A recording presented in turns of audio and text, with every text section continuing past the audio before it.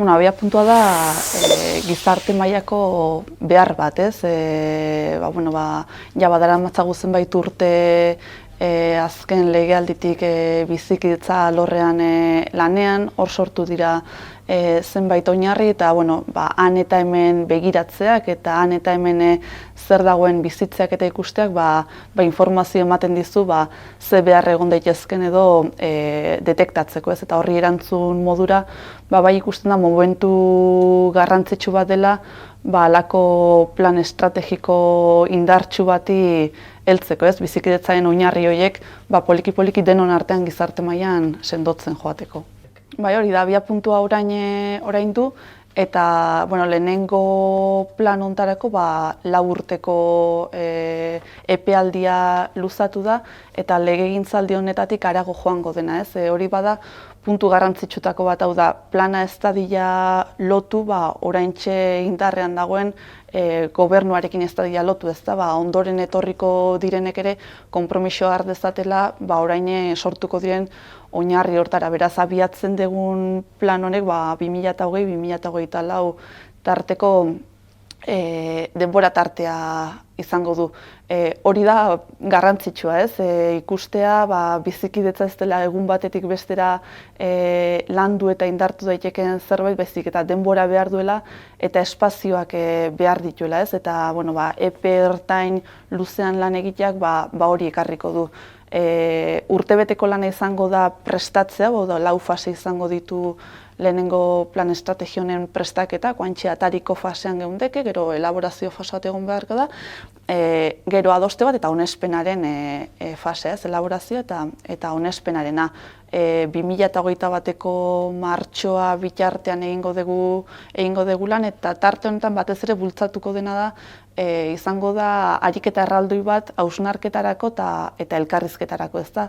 Espazioak zabalduko dira, erramintak eta tresnak jarriko dira eskura, herritarrek eta batzorde ezberdinek hausnartu, eztabaidatu, hitz egin eta proposamenetara iritsi daitezen, ez? Eta urtebete honetan egiten den lanetik sortuko da dokumentu idatzi hori plan estrategikoaren oinarria izango dena, eta gero 2021ko martxoan bai gobernuan eta baita parlamentuan onartu da onestu beharko dena.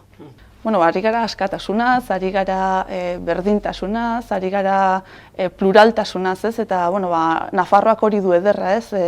Oso anitza dela zentzu guztietan, eta horregatik definitu da planaren helburu nagusitzat askatasunean eta berdintasunean bizitzea Nafarroa demokratiko, plural eta askotariko batean, ez? Zentzu guztietan da anitza Nafarroa edozein gizarte den bezalaxe, kultura, jatorri, erlijio ezberdintako pertsonok osatzen dugu gizartea, hori bakarrik ez, genero, sexu anitzetako pertsonok osatzen dugu, iragan ezberdin badaukagun eta memoriari begiratzeko ikuspuntu ezberdinak dituzten pertsonez herritarrez osatu daukagu, eta hori guztia landu egin beharko da, ez?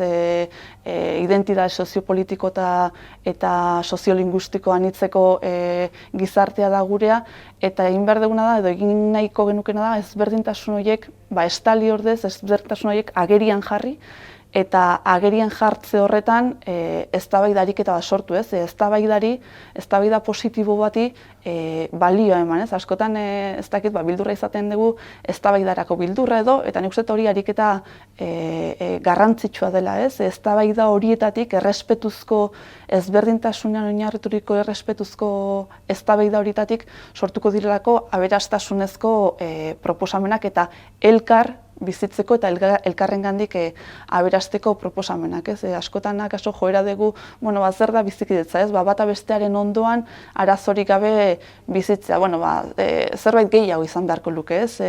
Elkarren ondoan bizigarenok elkar nahasian elkar aberasteko aukerak sortzea, eta nik uste gizarte bezala aukera asko ditugula gizarte sendoago eta aberatsago bat egiteko, beti eta elkarrengana bideak irekitzen baldin baditugu eta elkarrengandik entzunez eta elkar errespetatuz espazio berriak sortzen baditugu elkarrekin.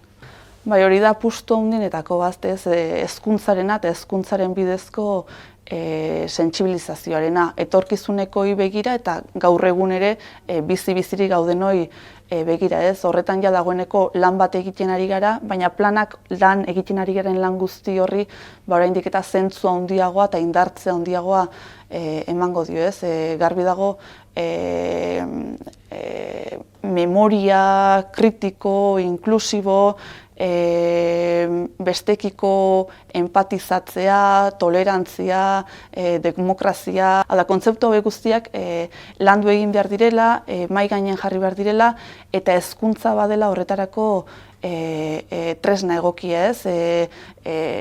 Jarduera ezberdinen bidez, jarduera jatorri metodologia sozio-emozionaletako jardueren bidez, testuak landuz, eztabaidarako espazioak zabalduz, hezi behar ditugu, geure burua hezi behar dugu, eta belaunaldi berdiak noski hezi behar ditugu horretan, ez? Azken batean, esan bezala, etorkizuneko gizartearen oinarri beraiek izango direlako, baina gaurtik hausita, ez? Etorkizuna garrantzitsua da, baina nik uste orainean egunez eguneko horri eman behar diogula balioa, eta Nafarroa osoak asko duela esateko, ez? Ulertarazi nahi dugu plana ez dela gobernuarena bakarri, baizik eta Nafarroa osoarena dela, eta horregatik zabalduko dira herritarrei, elkarteei, foroak eta eztabaida guneak eta proposamen espazioak denek parte har dezaten. Bai, hori da, bizikidetza azkenean oso kontzeptu zabala da, eremu ezberdinetara iristen da, eta guk 10 definitu ditugu, horien araberako hausnarketak eta proposamenak egin daitezen. Hasierako dokumentu hau da, dokumentu oinarri bada herritarren eskura jarri deguna, eta erabat irekia oraindik edonork egiten dituen proposamenetan, eremu berriak ere proposa ditzan, bakarren bat faltan botatzen baldin badu, ez? 10 eremuik pixkat espektro zabal horri erantzun nahian ezarritakoa dira, ez? Hartzea gai hauetan implika daitezen, ez? Horiek lirateke pixkat landu nahiko genituzken eremuak eta esan bezala erabat irekia, ez? Oraintxe bertan plana aurkeztearekin batera, martxoaren 31 bitartean, Nafarroako gobernuko web orrian, gobernu ireki atalean, edonork parte har dezake, edonork irakurri dezake oinarrizko dokumentu hori, eta badagor bizikidetzaren liburu ireki bat, edonork ekarpenak egin ditzan bizikidetzaren inguruan, gero oinarri horretatik ondorengo fasetan sortuko diren foroetan egiten diren aipamenak eta landu daitezen. Batetik liburu irekian parte hartzeko aukera dago, eta bestetik ere bizikidetza planaren inguruko edozein informazio jaso nahi duenak badu eskura fitxa, interes fitxa bate bete, eta jakinarazteko nik nahiko nuke, zuen ekimenetan parte hartu, zuen eztabaidagunetan parte hartu, eta sortzen den informazio guztia jaso, beraz. Herritar oro, elkarte oro, animatzen dugu web orrian sartu, Nafarroako gobernu irekiko web orrian sartu, eta bere presentzia egitera eta bere ekarpenak egitera guztiak ongi etorriak izango direlako.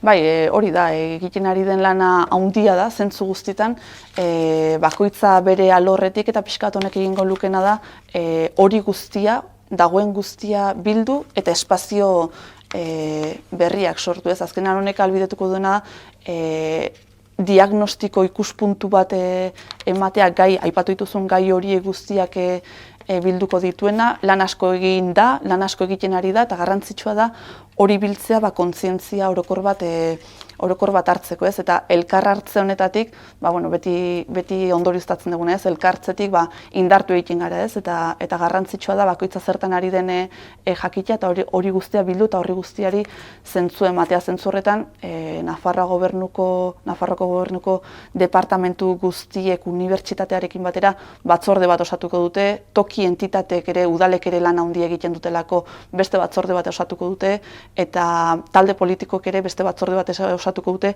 dagoena eta egongo dena bildu, eztabaidatu eta herritar foro eta elkarte foroekin batera modu paraleloan eta elkarrekin alderdi guztiak bildu ditzan bizikidetza planak.